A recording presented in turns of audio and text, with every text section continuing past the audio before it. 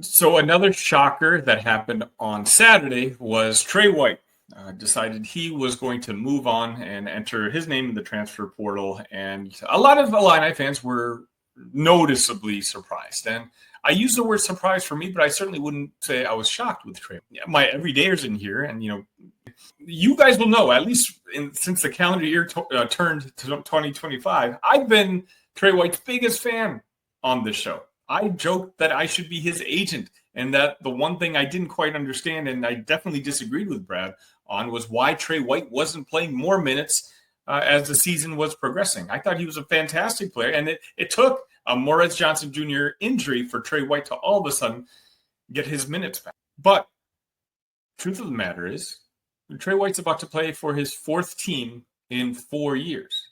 Like, this is kind of what he did. He just had his best year of his career at Illinois, and he's decided to move on. And the reasoning for him deciding to move on have started to leak out.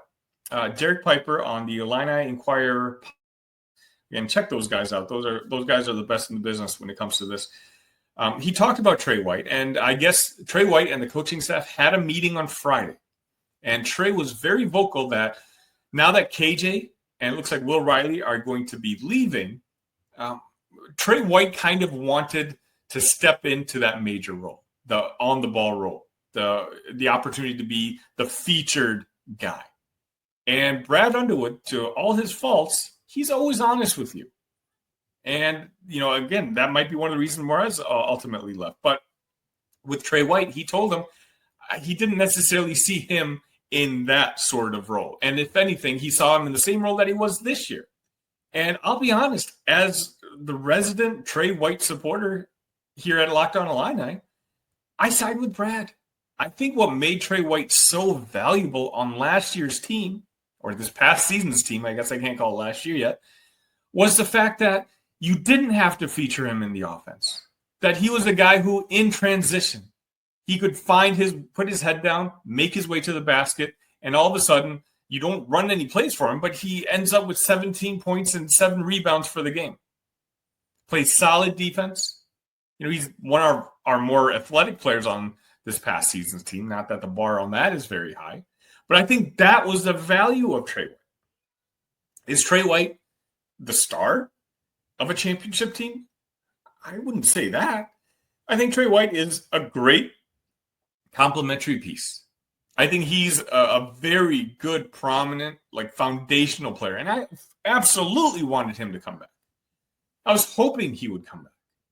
But if he wanted the KJ or the Will Riley role, and Brad didn't see that for him, Brad did the right thing in being honest.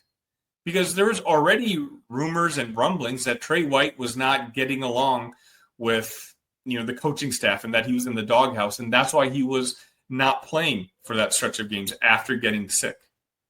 If Trey White was coming back with a full expectation that everything was going to be running through him, and then it didn't happen, we would have had the same issues pop up yet again next year.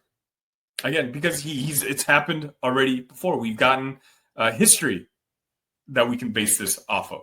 It's unfortunate. I do wish Trey would just embrace the excellent basketball player that he is and just focus more on what his strengths are. But at the same time, I don't blame Trey White either. Trey White, this is going to be his last season in college basketball, wherever he plays next year. If Trey White wants to play in the NBA, he's not a 3-and-D guy, right? His defense is okay. His three-pointer, while good over the last month and a half, no one's going to call him a three-point shooter. He's going to have to show more skills. The fact that he can do something with the ball in his hands. And maybe selfishly, and in this case, the selfish part is okay. He's looking out for himself, as he should, if he wants to have any aspirations to play at the professional level after college. But unfortunately, it's just not a fit at Illinois. Brad knows what he wants to do, and Brad knows what roles he needs to fill and what kind of player he needs for each role. And Trey White, I think, excelled at his role last year. And I think Trey White would have been welcomed with open arms if he wanted to accept that role this year.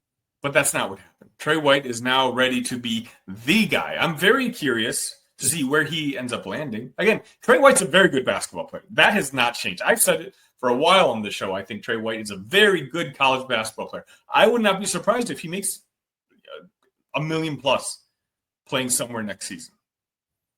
But, now knowing the reasoning of why Trey is leaving, my panic meter has gone down a little bit. I don't think necessarily it's just, again, the popular talk is this is a coaching issue. He hated so-and-so. He hated so-and-so. I don't think that's the case anymore. It just seems that there's no loser in this situation. Trey White simply is looking out for himself, as he should, because he wants to play at the professional level. He wants to be showcased more.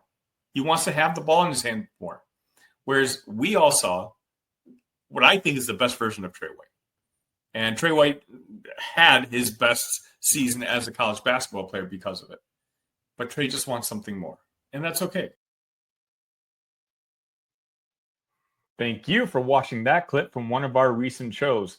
If you liked what you saw, go ahead and watch the full episode. It should be right here on this channel. Better yet, if you are a fan of the Illini, make sure you're subscribed to Locked On Illini. I produce content for you daily. That's right, every single day, right here on Locked On Illini. Tell your friends, and I'll see you next time.